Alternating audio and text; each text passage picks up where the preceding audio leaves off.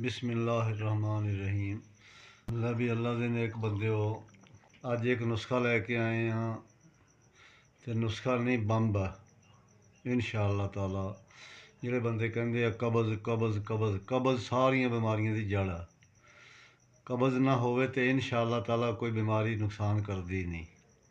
उहदे वास्ते ना एक नुस्खा है, थोड़े जे पैसों का कोई आदमी बना लो, हर बंदा बना सकता।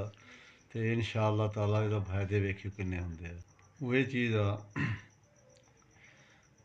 रेवन का सारा 20 ग्राम लै लेना। 20 ग्राम रेवंद असारा, सुहागा 100 ग्राम सुहागा ते 100 ग्राम मिठा सोडा। ये तीन चीज़ां हो गईयां। इन्होंने बरीक पीस लेना। पीस के OMG के कैप्सूल जोड़े वो लै लो खाली, तो वह भर दो। वो भर के रोटी खा के जो आपदा खा पी के तो उस तो बाद एक कैप्सूल पानी नाल ले लेना। जे सुबह शाम जे ज़्यादा ही कब्ज़ टाइट है तो सुबह शाम कर लो, नहीं तो पहले दोवें टाइम लै लो। जो कम सीधा हो जाए तो फिर एक ही काफ़ी है।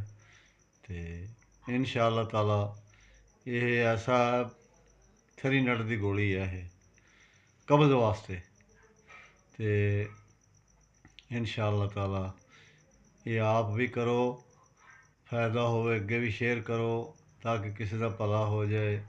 हिकमत बसीरत चैनल को सबसक्राइब करो यूट्यूब के उत्ते, नाले टल्ली मार दो। बड़ी मेहरबानी, शुक्रिया, खुदा हाफिज़।